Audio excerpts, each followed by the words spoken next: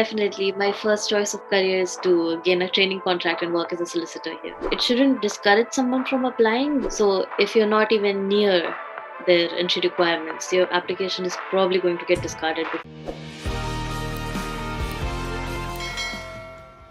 Hello everyone, I'm your host Sheikh Noor Kaaba. Welcome to another episode of College Junior Student Connect, wherein we chat with students from India studying in international universities about their experiences and journey. Today I have with me Amna Siddiqui, who is studying in the University of Leeds. She's in her first year of Bachelor of Laws, and today we'll be talking about her journey of applying and her experience in the university.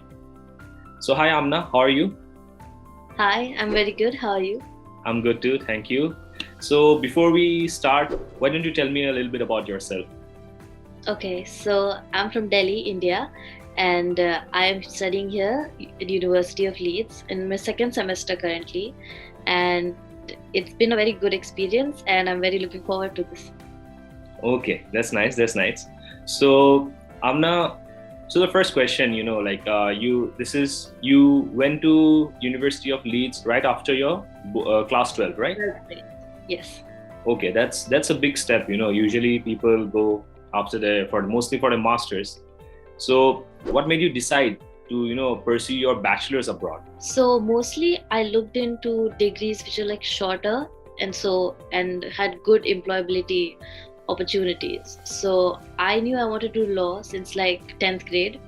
So I was pretty sure about this, and I knew about the whole process. I was doing the whole CLAT thing to study in like national law universities in India.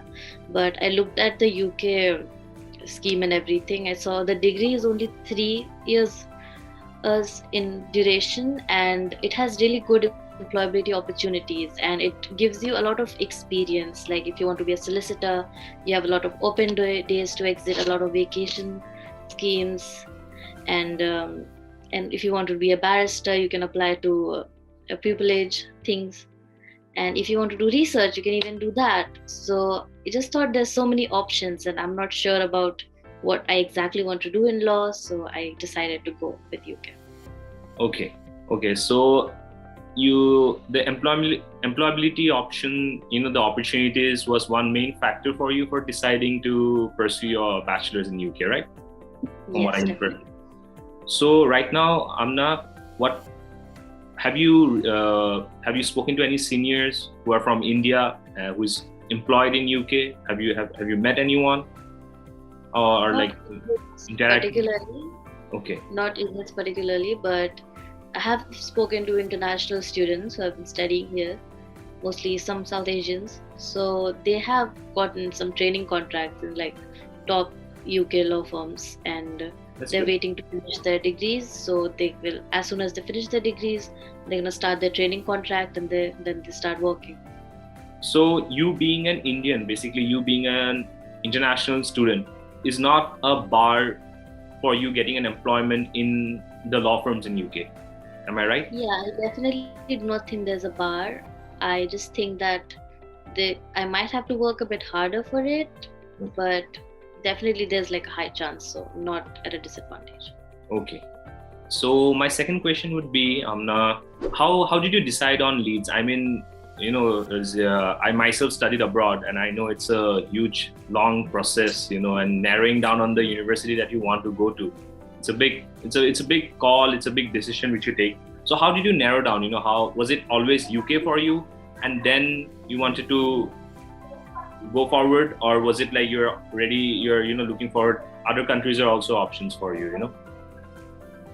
So definitely for bachelor's, my first option was UK, given how easy it is to just pursue the 3-degree course in LLB without having to do an undergraduate or doing the 5-year course like we do in India. So that was a big factor for me, because I want my degree to be shorter and start my job as early as possible. So there was that, and it's also that Leeds is very, very known for being a good teaching and research-based university. So that is something I'm also quite interested in. So that was 2 main things why I decided on Leeds academically. So I'm right in understanding that I hope you do get into a law firm. If it's not into a law firm, you are ready to pursue academia. Yes, definitely. Okay, and Leeds is a good option for that. Yes. So tell me, it's how long? I guess you've already completed one semester. How has been your journey so far in Leeds? I'm almost done with my second semester as well. Finals time is around the corner, and it has been very good. Like the whole year, we've been taught skills that a law student and future lawyers should know. We're not bombarded with work, which is a good thing, so it does not honestly take the fun out of it. And the modules that I'm doing this year are very interesting. The way they teach is very different from what all we learned in school, especially I did CBSE. It was very different from that. So I would say the transition period is quick, but at the same time it's not stressful. So there's not much to worry about. By the end of the year, I think every student is going to feel confident in their abilities. Okay, that's nice to hear. And how was did COVID play spoil sport for you? Like, was it like, did it make you think like I won't go this year? Did it affect your classes? You know, how are your classes held? Was it like hybrid or was it only online? Because the Omicron had hit the whole world. Just gone. Yes. I did not think it has affected in any way. My classes are in hybrid mode. So basically my lectures are pre-recorded and uploaded every Monday. And we have time till the whole week whenever I want. So we can watch them at our own pace, which really helps me with my schedule. So there's that.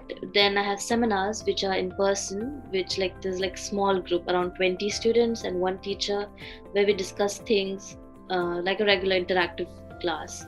So the mix of these alongside workshops and personal meetings with your professors, like every student has an academic advisor, right. So which is a normal professor in the school with whom you can discuss anything you want, like a tutor. So, yeah, they're called academic personal tutors.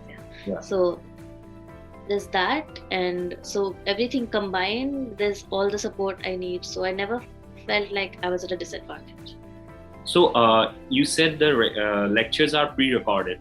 Do you get to ask your doubts, clear your doubts after listening? Do you have the chance to ask for clear your doubts or clarifications? Yes, every professor holds an academic support hour 2 times a week, in which we can call them and clear all our doubts. Okay. And when do you think you'll be shifting to completely physical mode? Yeah, our university actually sent us an email that next semester they'll be physical. And I would like to ask you, Amna, how, when you're applying, it's a very stressful journey. You know, it's a very cumbersome process, the entire process. How did you take help of any consultancy or any friend, from preparing for, from shortlisting your universities to preparing your SOPs, your LORs, and your IELTS? So how did you go about it? I was in touch with Study in UK, the consultant agency, which but I did not have their premium package. They were helping me out for the free one. Okay. And usually they help me with telling me about the process of applying, and but the rest I did myself. Like I did the shortlisting myself. I wrote the SOPs myself. I got the LORs and everything myself. Okay, so just share a little bit of an anecdote, for the students, for the aspiring students who are watching this video. How did you go about writing your SOP? I found it very difficult, to be very honest. It took me a week. So how did you go about it? Same here. It took me a few months to get it right. Okay. So honestly, I started off with, I had no idea what an SOP is. So I started off by researching about it, reading sample SOPs online, and maybe if I can try to get a hold of a student here online, maybe there are a lot of forums out there. They can ask on the student room. Okay. It's a website where people can talk to students.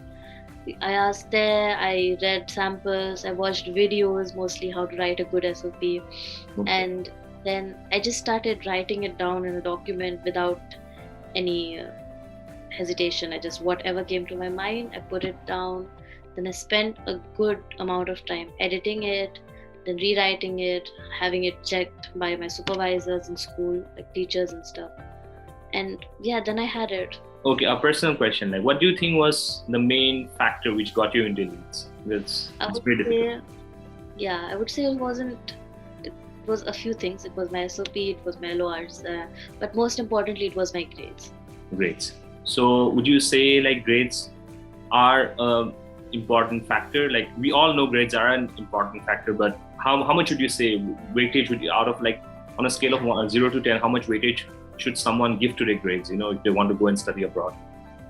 I would say like a 6.5, because the application process is, they get thousands of applications and the first thing they do is check your grades. So if you're not even near their entry requirements, your application is probably going to get discarded before even being read. So it's not that it shouldn't discourage someone from applying, but they should definitely look at the academic requirements firsthand and apply there. So since when we go for masters, we kind of have an idea, what we should do, how we should frame our CV, what we should work towards.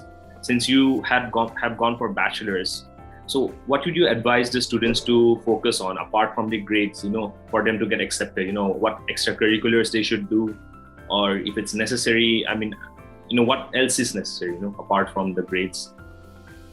Definitely, I would say participate more in extracurricular things in school, which interests them. It doesn't have to be related to the course.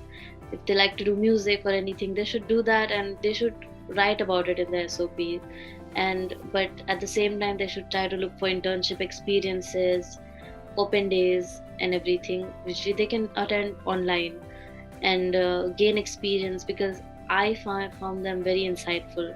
Because I did a few internships with Bright Network, which was held in UK, but it was online, so everyone from around the world was doing it, which gave me the opportunity to work with actual lawyers as well. So I believe all these things are pretty easy to apply to, and everyone can do them, and it would really help them map out their career. Okay.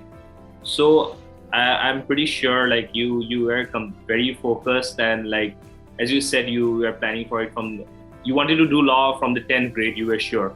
So how long would you say was your journey from when you actually started, like today, like I'm going to sit down and I'm going to start preparing for my bachelor's? How long do you think the entire process took you, like when you from shortlisting, from the first thing, like when you first thought like this is the university I want to go to, I might want to study? I started the whole application process around the beginning of 12th grade, and it ended so I guess it took around 12 months for me to like do all the planning work and everything. Okay. And Amna, I would like to what most of us want. I've already asked you about the employment opportunities. Are you working part-time, if you don't mind me asking, or are you looking? Have you looked, or it's not necessary? Currently, I'm not working part-time, but since I'm in finals week right now, finals month right now, but I have applied to some research student opportunities, which I plan to work with. These are really time-focused jobs, like 30-40 hours of paid work. And the reason I applied to these is just of my interest. So there are a lot of opportunities to do that. Definitely a lot of my colleagues which are working part-time, and yeah, it's a good experience, but not for me for now. So you are allowed to work part-time. There is no other bar for you working, because I remember I studied in the Netherlands. We could work part-time, but we needed a work insurance. We needed a lot of permissions. There were a lot of bureaucracy involved in it, and which kind of, it took the fun out of it. The process was very cumbersome. So it's a simple process. Like there's no bar to you. You can just go and apply, and if you are accepted for a part-time job, you can work. Mostly all we need is, we already have a BRP card when we apply.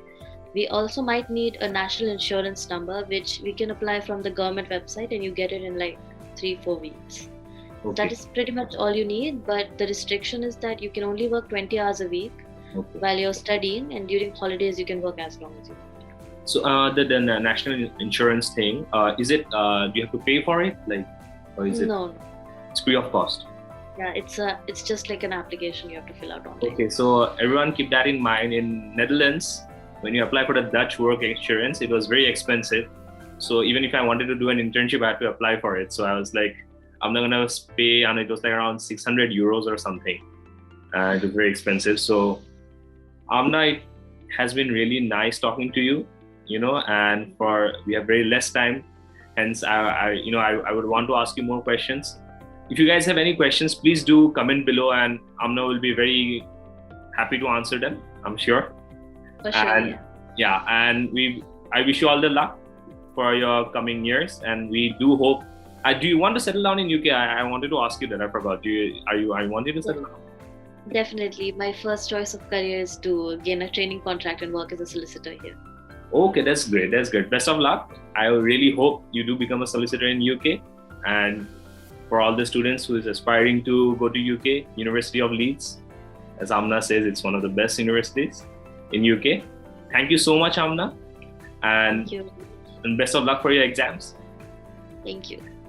And if you guys have any questions, please do comment below.